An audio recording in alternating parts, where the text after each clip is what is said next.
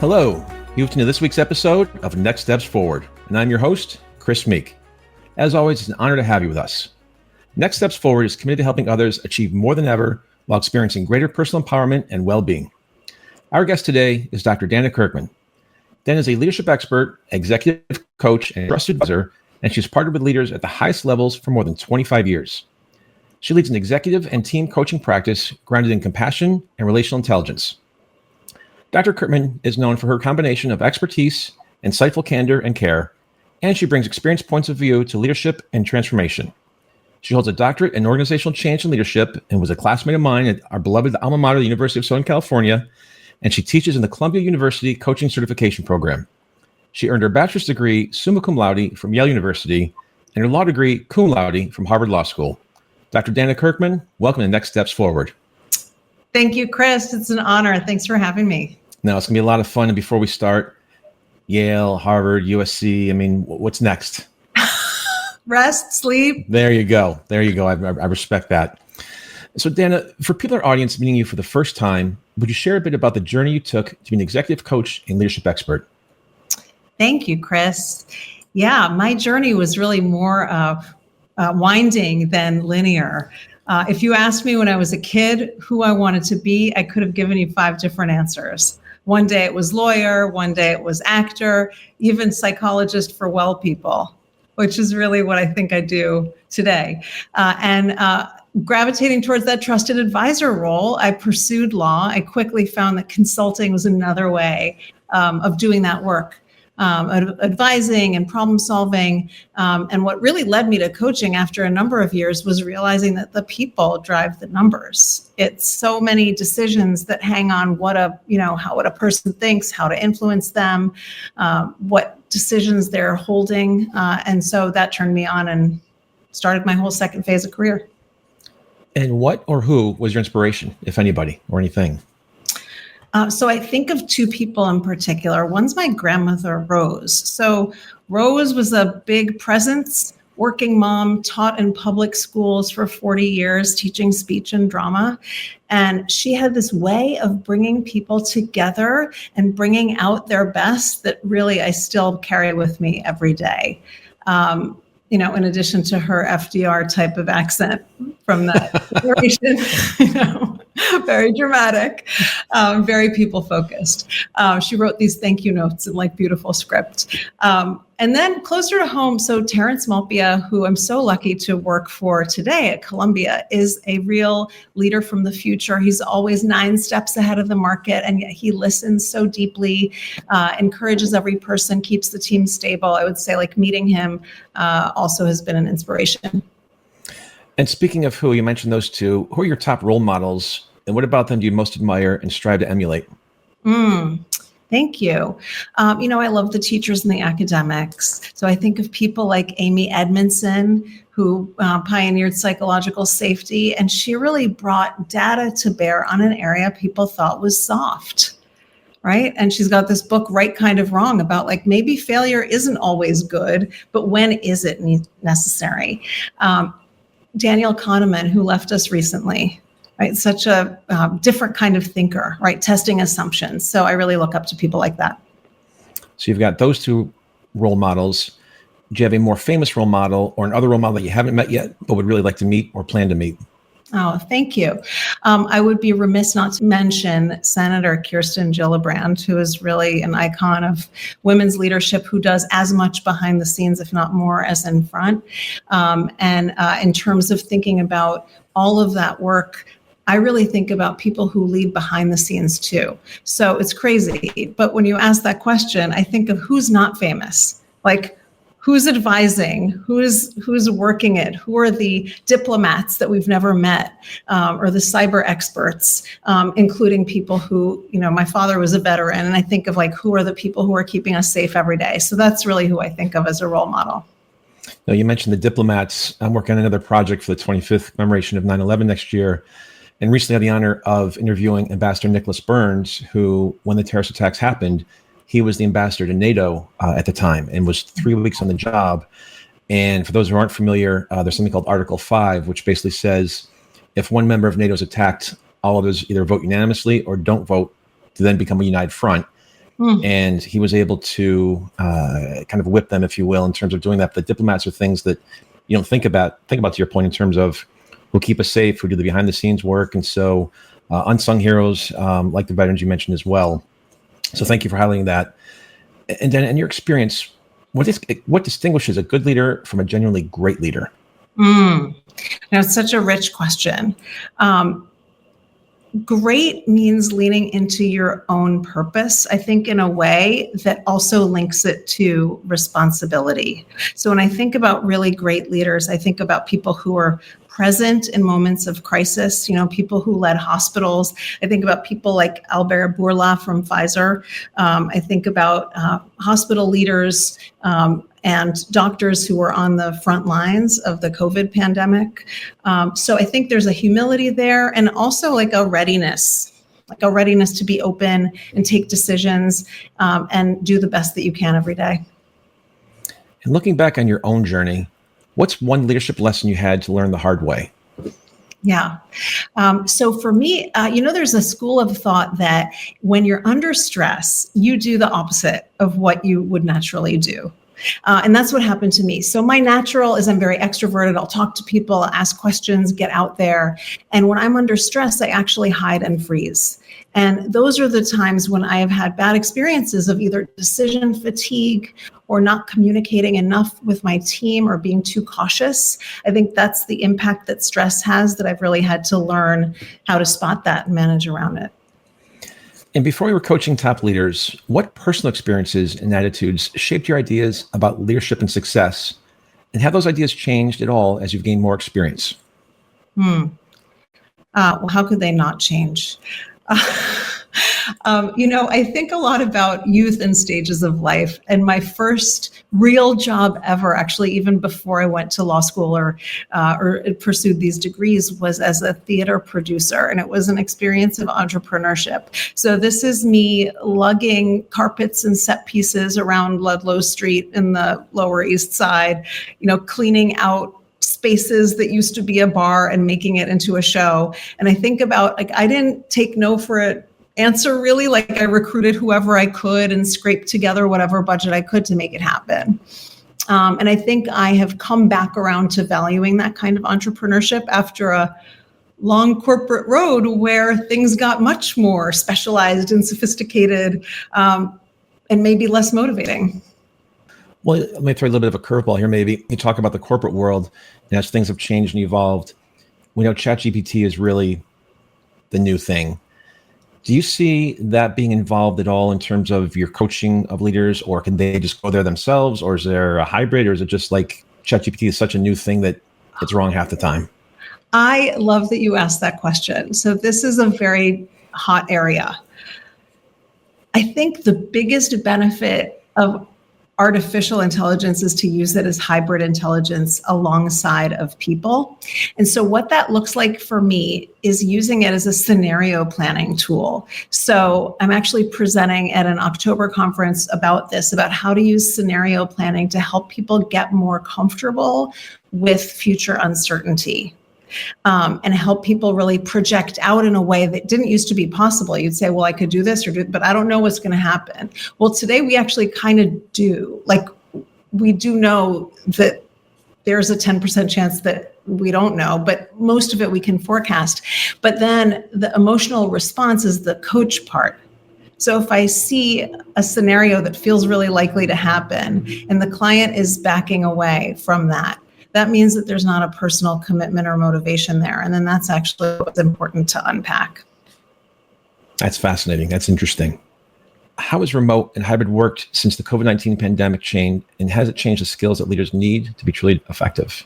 Yes. Chris, I feel like you and I were there together during so many of the 2.0 and 3.0. So the first thing, I think we've become more aware of health and how health impacts work in a way that I think wasn't really on the table when everyone came to an office. Like it used to be, we were in severance when people would show up at an office and then leave, and you had this barrier between work and personal. In a way, I think those have merged and we've learned more.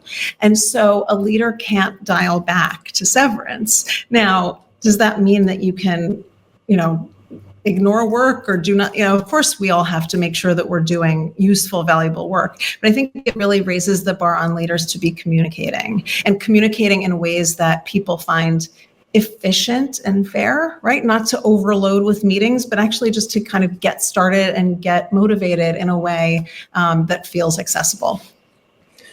To your point about the barriers, I mean, during COVID, there were no barriers. There was the 24/7 work day and work week, and we need barriers. Yeah, boundaries, right? That's a lot of the theme of the past few years, is how to create boundaries if none exist. Yeah. And maybe as a follow-up to that, have you seen any shifts in what employees expect from their leaders over the past few years? Yeah, great point. So I think that employees who see leaders retreating into like a glass palace are not happy with that. So if I thought about what should leaders stop doing, it's stop living in the fully air-conditioned black car service world and take the subway and visit your branches and get out there, because it's get to a supermarket, because if you are not seeing your products and your people in action, then you're missing out. That's one. And then I also think that employees expect their leaders to be listening, because if brands can send a survey and get instant feedback, then why shouldn't leaders? So I mentioned earlier that you hold a law degree, and again, from Harvard, no less, which is not a common credential for any leadership coach I've ever met. But first, what drew you to the study of law? Did you ever intend to have a long career as an attorney? Yeah, so I actually originally got into law because of its connection to the entertainment industry. So I was in my theater producing world. I didn't have any role models who went to business school.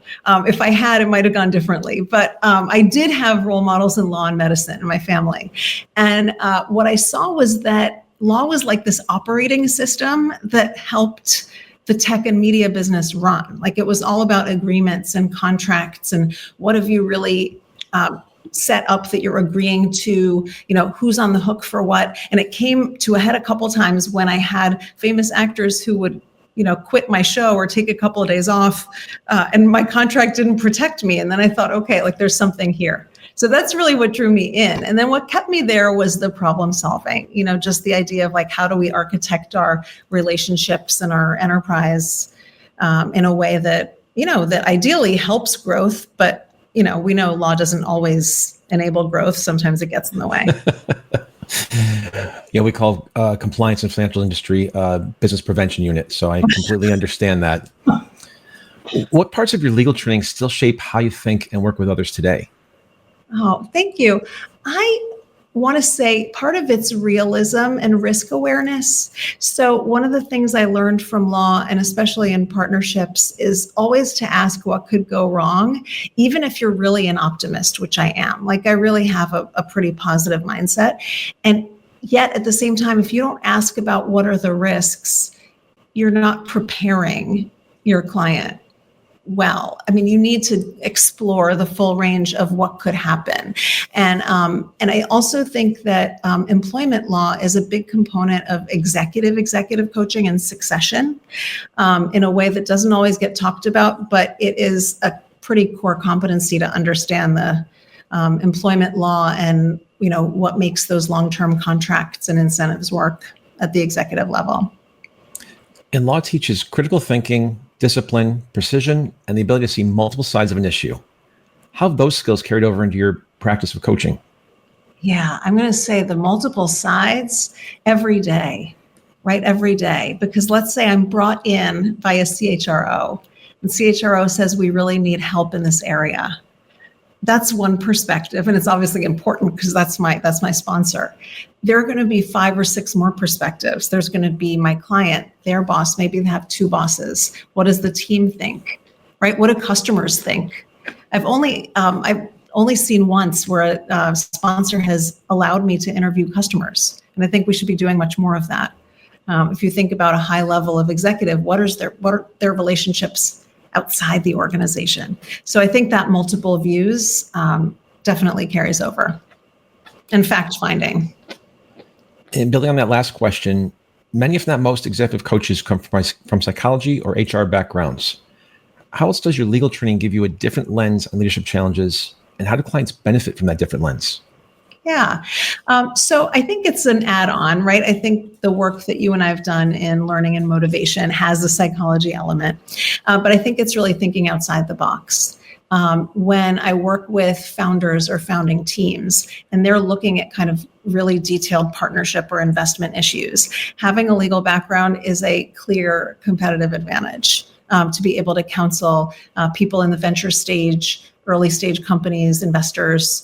So I think it's access on that point. I also think it's not taking maybe the tactical HR view, but more of the strategic HR view, which some of my favorite CHROs, Emily Field just got named a CHRO of LPL with a very, very strategic background. So those I think of as trailblazers in the field. And is there a specific type of client or profession that would benefit more from your unique background?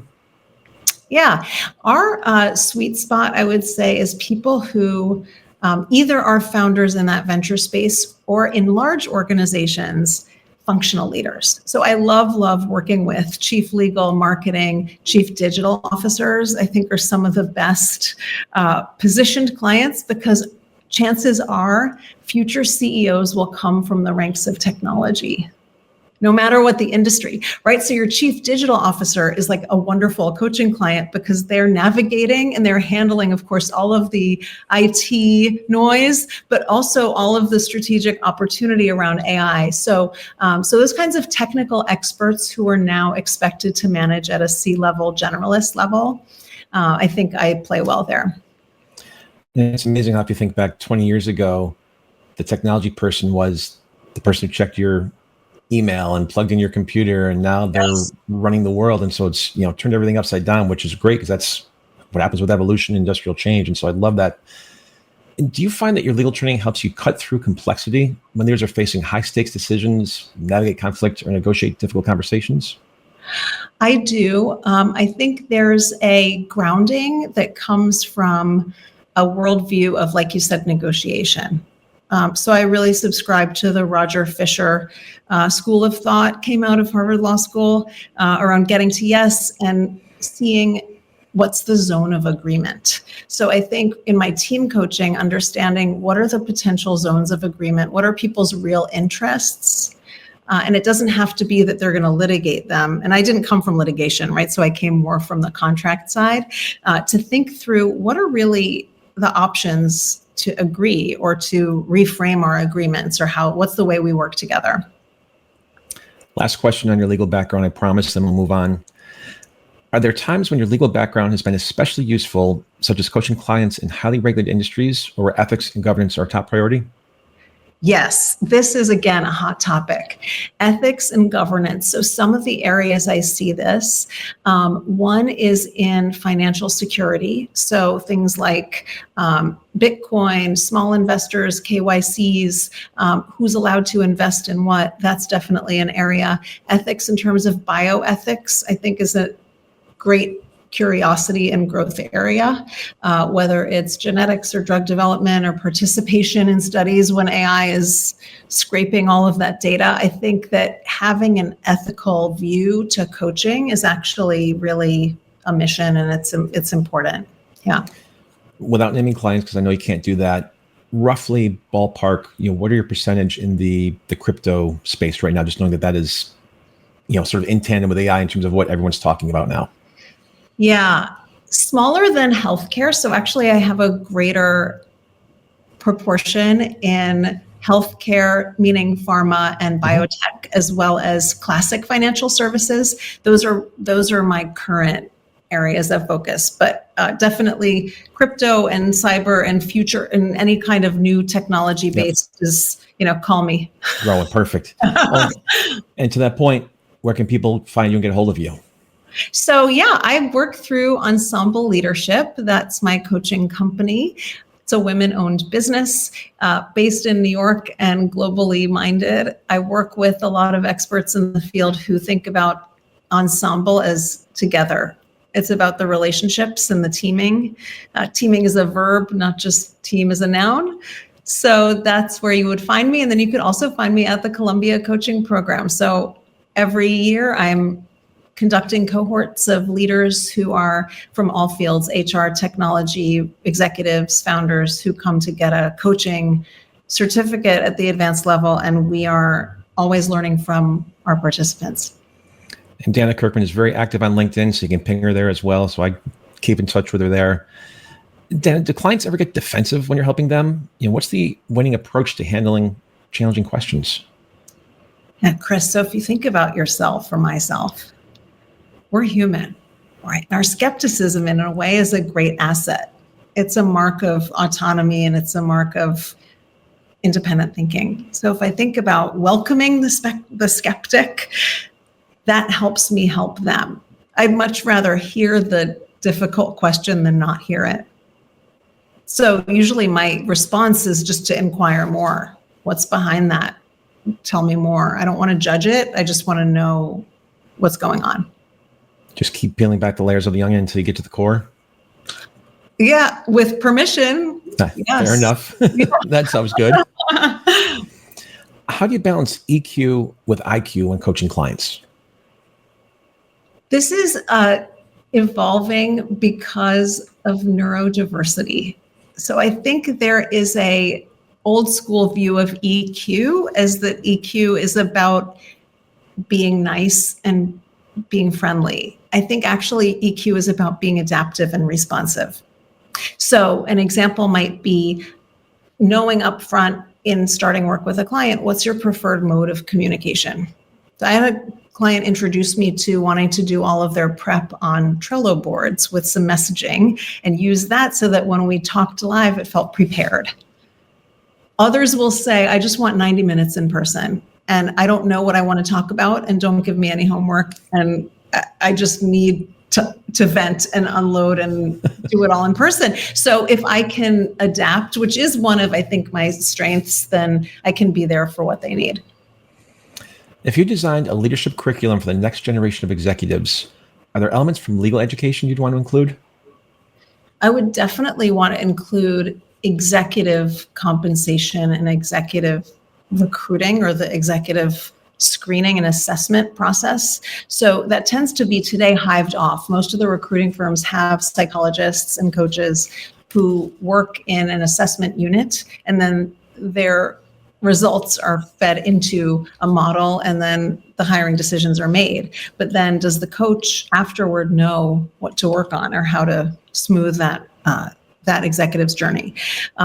So I would say that the awareness of what actually motivates executives in terms of whether it's their compensation, their recognition, the span of control, those are important. Also, M&A, right? How many coaching topics come out of a restructuring, or my company's been bought, or it's me or the other acquired company, and only one of the two of us will be CEO. So I think that's I would love to see some legal grounding in that space. And not only is your law background unusual for leadership coach, which I apologize for harping on that today, but I didn't mention in the introduction that you also worked, you mentioned before, as a theatrical producer. You talked about Rose. Tell us about that aspect of your career and what are the similarities between being a theatrical producer and an executive coach? Yeah. Chris, the coaching experience that I had as a theater director continues to be one of the moments I think about the most. Sitting with an actor and thinking, what's their motivation and how are they going to access the ability to take a risk on stage in front of people? So a lot of my theater work was behind the scenes as directing and producing. And again, supporting that person who's putting themselves out there. So I think there's like a combination of emotional support and feedback that I learned as a director that translates directly. There's also attunement to story, tone, communication, presence, how to light people up. Another kind of client work I love to do is with people who maybe think that they don't do public speaking. Well, maybe you don't do it yet. How do you do it in a way that's you, not in a way that's some kind of projection of what people who do public speaking do? We've been talking to Dr. Dana Kirchman, and we'll be right back after a short break. Please stay with us.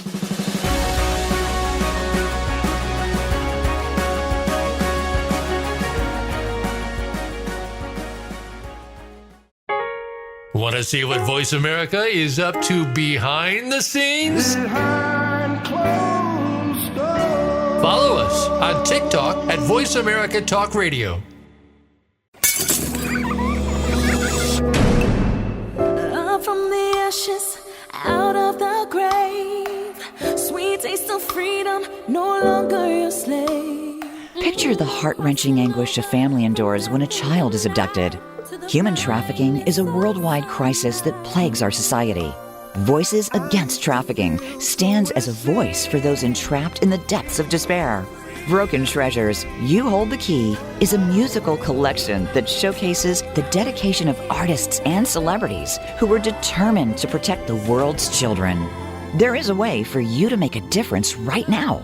Visit voicesagainsttrafficking.com. The proceeds will go towards helping child victims. The power to liberate them rests in your hands. 'Cause I'm still alive.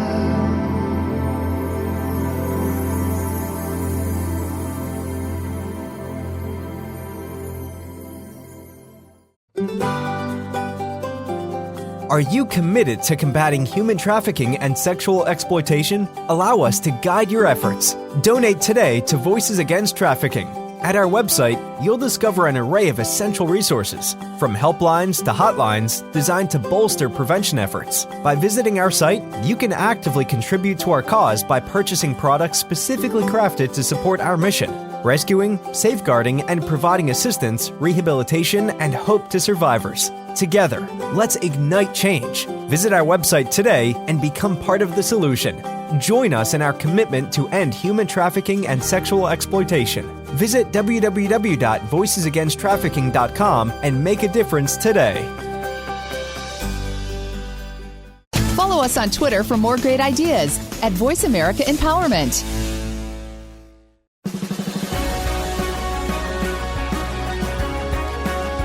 You are listening to Next Steps Forward. To reach Chris Meek or his guest on the show today, please send an email to chris@nextstepsforward.com. Now, back to this week's show. And we are back. I'm Chris Meek, host of Next Steps Forward. My guest today is Dr. Dana Kirchman from my beloved alma mater, University of Southern California. Bite on, exactly, Dana. Thank you for that. Dana is a leadership expert, executive coach, and trusted advisor, and she's partnered with leaders at the highest levels for more than 25 years. She leads an executive and team coaching practice grounded in compassion and relational intelligence. Dr. Kirchman is known for her combination of expertise, insightful candor, and care. And she brings experienced points of view to leadership transformation. She earned her bachelor's degree summa cum laude from Yale University, her law degree cum laude from Harvard Law School, and as I mentioned, her doctorate from USC. So Dana, we were talking about leadership before the break. What's the worst leadership advice you hear people dispense, and why do you think it still gets repeated? A lot of people will talk about start with your vision, then do your values, and it's linear and it never gets revisited. So I think that's a habit that is outdated, right? Because it doesn't involve iteration or listening or co-creating. I also think there's a maybe unspoken sense that leaders should be consistent, and that might be hard to uphold. So I do really respect consistency as a big picture, but I think leaders that are too tied to like their own brand or their own, that will refer to themselves in the third person, so-and-so always does this or always does that. There is no always. So I just think of Seinfeld, and I'm showing my age here, but George is getting angry. Always talking in the third person. Yes, that's right. So speaking of things people say about leaders, do you believe some people truly are natural born leaders, or is leadership 100% learned? We know it's both. The question, I think, is how you learn what unlocks your potential. Right. So I think there are those who will say the way I lead is just to be a good friend which is amazing, right? Not everyone wants to be a leader of many people, which I think we've seen from surveys of the millennial age group, that some really want that leadership role of many people and others don't. So the question is like, how are you going to lead? And then also, what are you going to do to develop yourself? Like to stay current, to learn, to maybe push your boundaries or get out of the comfort zone. And I think that commitment to learning is probably the best indication that somebody's ready for leadership, if they want to keep evolving and keep pushing instead of just doing what they always do. And I guess to your point about continuing to learn, is that something that would be within their industry, or would that be involving somebody with your expertise and bringing a professional coach, or a combination of both? Yeah, it could be both. Could be both. So what I see often is I see leaders who consume tons of information. Most will filter it, right? And they'll say, I took the first few minutes of this, of Adam Grant or Amy Edmondson, whatever, they'll filter it in. And that's like on a leadership level as well as from their industry. What you can't always measure, don't always hear about, is learning from their own personal setbacks and transformations. That's where you might get a coach in to say, you know, something really big changed, either a life event, a disappointment, maybe a huge windfall, come in any kind of ways, or being promoted way ahead of where they expected. And so making sense of those life transitions is also a learning. Is there a trait that people mistakenly admire in leaders that you think is actually overrated or even harmful? I do. You know, I think it's harmful to be too certain that you're right. That over certainty, we know from books like The Culture Map, we know it's valued. It increasingly is just not realistic, right? And we have been, I think, socialized growing up to trust when somebody really believes what they say. I just think it's better to stay open. You've mentioned a handful of leadership books through our conversation. Are there one or two or three that are your absolute must-haves? I mean, we're coming to the end of beach reading season, and I'm not sure if you really read about leadership on the beach. But are there one or two that are just like a great blueprint or textbook you'd recommend? I know, I really read too much on the beach, including mysteries. I love detectives and that kind of thing. But I do think the latest Rewired, and now it's Rehired. So another great person, Rodney Zemmel, to follow. So he's just taken on a big new role at Blackstone, was a co-author of Rewired, which is now Rehired. And I think it's a great view of how the AI-driven workforce will manifest as how people organize and how people organize themselves. So I definitely recommend that one.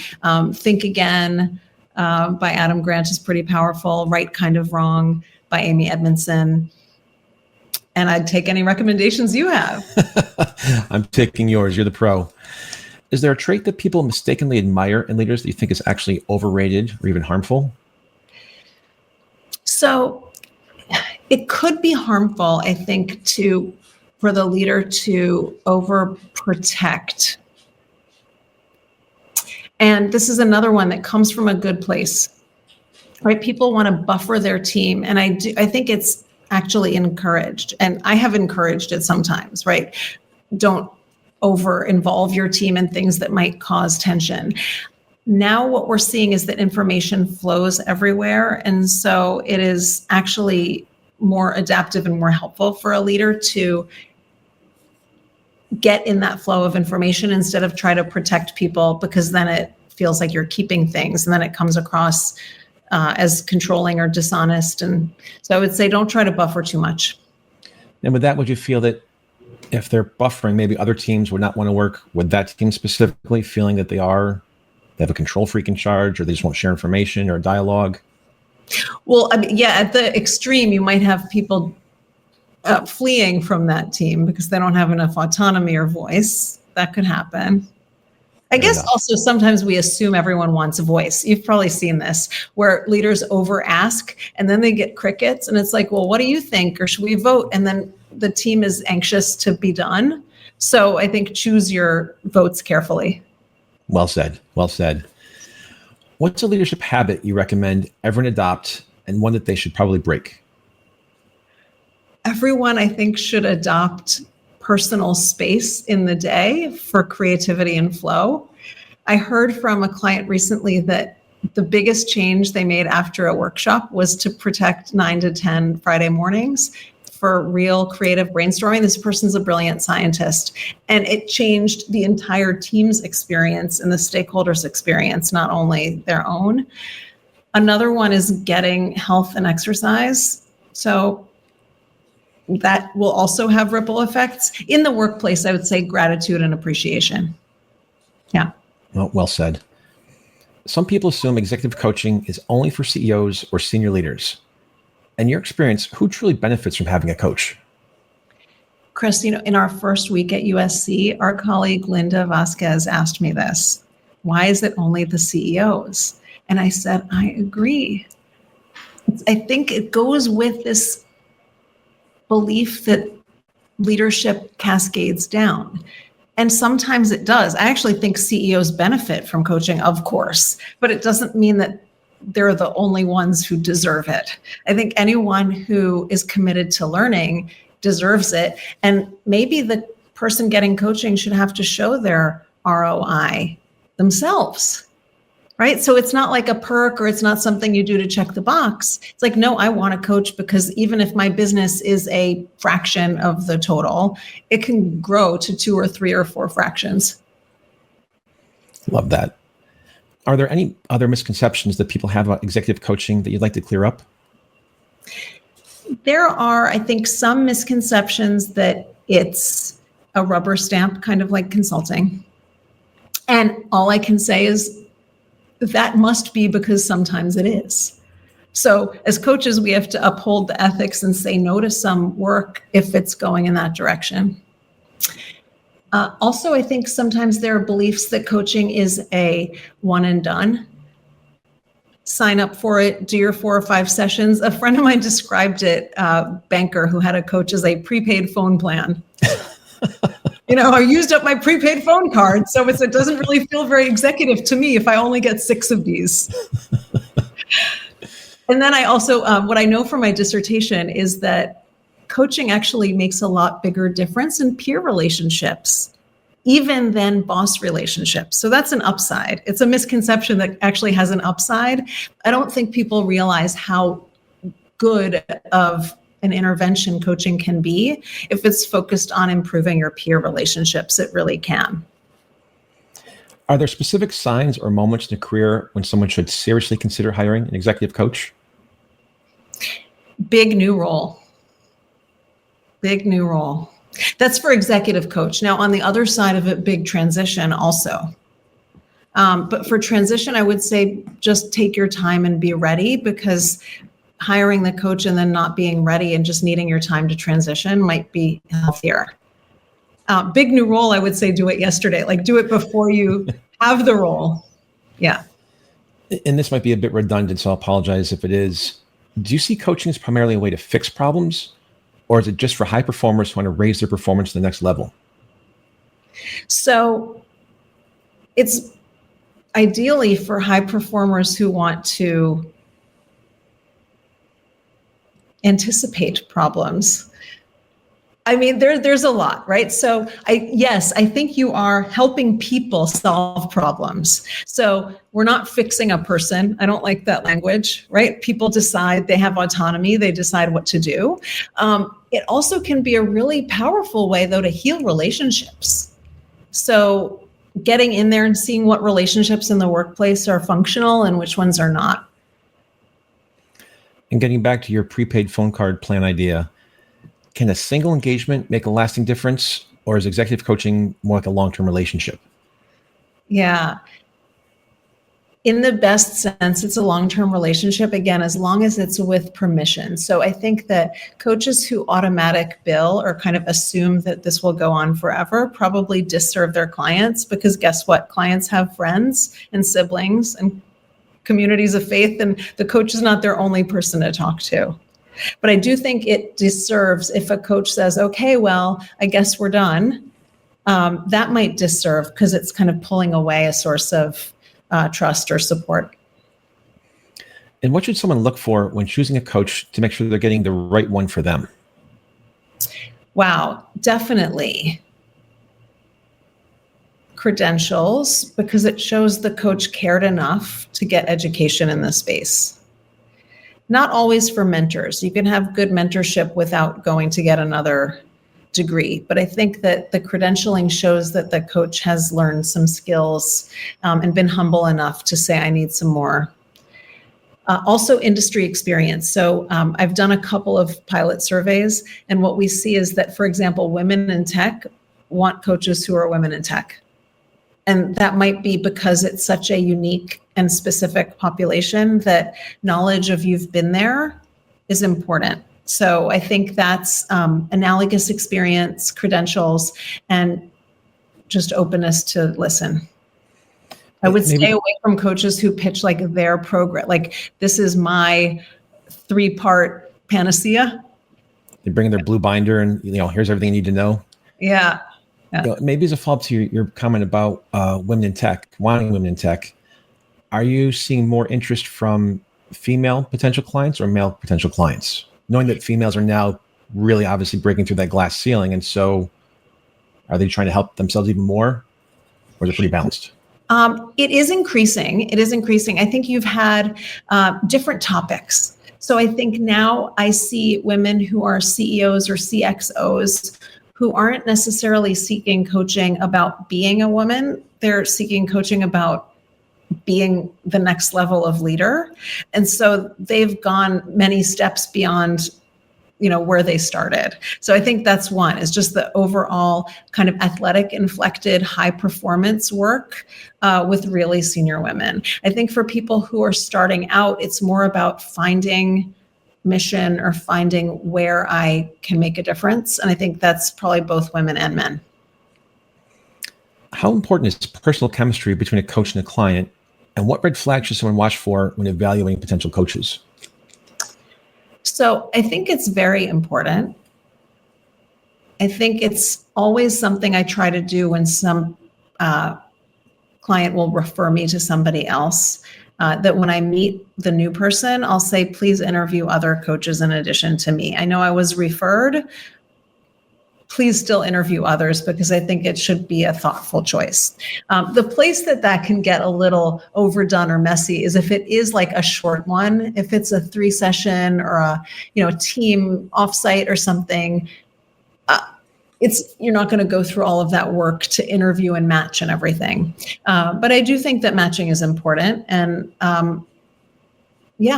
ask people why they're a coach and how long they've been. A lot of people will do it for a couple of years and quit. So what I wish is for those folks to value, like people who used to be a coach for a couple of years and then quit, to kind of value it and put it to work somewhere else.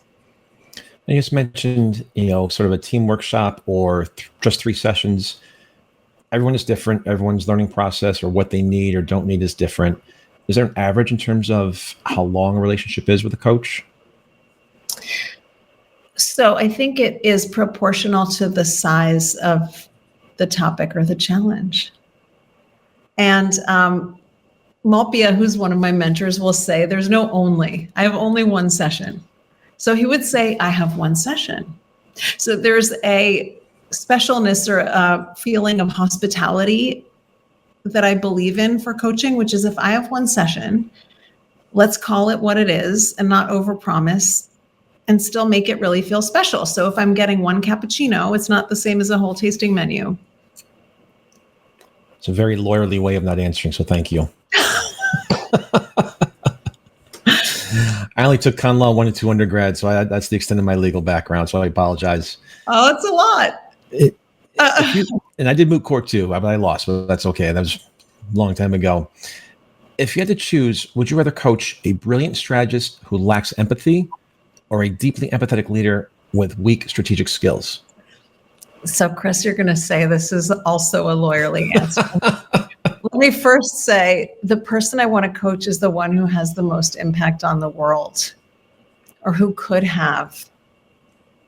So I think about someone I met in a workshop recently who had on a page a potentially transformative approach to testing pharmaceuticals. And this approach to testing could save people's and animals' lives. and it was a minority view. Like there were very few supporters in the organization, and yet the ROI was so enormous. So when I think about what's the potential, but that's not just because of the ROI, it's because the person dedicated their life to this pursuit. So I don't know, I don't know that I need to judge whether they have empathy or not. Yeah. No, that was not a lawyerly answer. I actually love that answer because that was a very difficult question. So appreciate and respect that response. So thank you. What do you love most about helping leaders navigate challenges and grow? I really love helping. So I do come from a whole line of, like, you can't even count the number of therapists and doctors and nurses and teachers in my family. So I guess it's in my DNA. I really love it when people feel empowered and see things differently. So I think that's part of the creativity, is like, oh, I could see things differently. I could make a different choice. And that is rewarding. I don't think of it lightly as somehow living through them. So I discovered through being a leader of a P&L that wasn't actually my path. So I'm not trying to like live through them. And, it's more like I actually do really enjoy the conversation and the work friendship and the helping and the also clarifying possibilities. And walk us through what the coaching process looks like for a new client. Yeah. So for an individual and for a team, it would look a little different. For an individual, I would do an intake, which is more of a get to know you, like a chemistry, and also what are you looking for? What are the topics? Why is this important to you now? And a lot of future forward. What do you hope would be possible? What are you concerned about? So we can also think about, if you were trying to get from A to B or A to Z, what's the role of coaching? And actually, what don't you have? So I do ask, because I come from an ecosystem approach, which our USC friends know, that I'm one voice and the client has friends and neighbors and colleagues and frenemies and competitor, like they've customers. So then how can I help them make sense of all that information? And I mentioned this at the beginning of your introduction. You describe your practice as grounded in relational intelligence. How do you define that term, and how is relational intelligence different from emotional intelligence? Yeah. So I do love Salovey and Goleman and come from I value emotional intelligence. So the way I think it's different. So emotional intelligence is focused on self-awareness, social awareness, and then social relationship management and self-management. So how do I know myself, know others, and then act in a thoughtful and sensitive way? Relational intelligence is more about the interconnectedness of all of us. So it's less about me and you, and it's more like us and our world. And when I think about what's unique about relational intelligence, is one is interconnectedness, just accepting it's a mindset that we all influence each other. And then knowing that, how do we proactively put energy into that system to make happen what we want to make happen, sometimes much faster than we expect. And then also have kind of systems and process aware to detect what might get in the way. And that could be for myself, and it also could be for the group as a whole. In your experience, what are the consequences for a leader or an organization that lacks relational intelligence? Yeah, one consequence, if you lack it, is getting stuck. So stuck in one worldview, or literally stuck, like can't make a decision or can't move things forward. It's like if you try to push too much in one direction and it just doesn't move. So yeah, those are the risk and missing opportunity. You also emphasize compassion as a foundation for your coaching. What does compassion look like in a high stakes executive environment where there's often face and feel the pressure to be tough? Yes, I have faced that pressure. Right. So I have been there. I have been uncompassionate when I was overly focused on results. So this is not like I'm better. Like I've been there and I've been like, sorry, this is what we committed to for our boss. And so we're going to do it. And push and not listen. So having done that, I would say part of maturing is realizing that most work, even if it is saving lives, is a group process, right? None of us can force anything. And so I don't think actually compassion is opposite to tough. I think of tough as being fact-based, not fear-based. So if I'm going to be fact-based, then I can't hide in my office. I have to get out there, even if I fear the conflict. And I have to say, tell me why this is hard. And I might be opening up to, well, tell me what else is going on in your life. And generally speaking, that's going to serve better than just talking. We have just a few minutes left. One more time, where can people find you and your services? So I have both a live and a virtual practice. I also have both an urban and a country mode, Chris. So coming from a city girl, really? I'm wearing my black. It's true. You will find me doing walk and talks in Central Park. You will find me doing one-on-ones or team events in Columbus Circle, where I have a wonderful shared office with nice services and coffee and access to the whole of Manhattan. At the same time, you will really find me most of all wherever my clients are at their office or their offsite or their country retreat.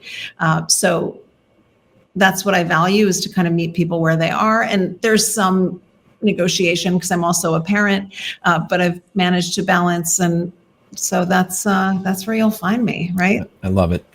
And with 90 seconds left, if every emerging leader listening to us today could walk away with your advice about how they can lead with compassion, humanity, and impact, what would that advice be? Clear your mind every morning.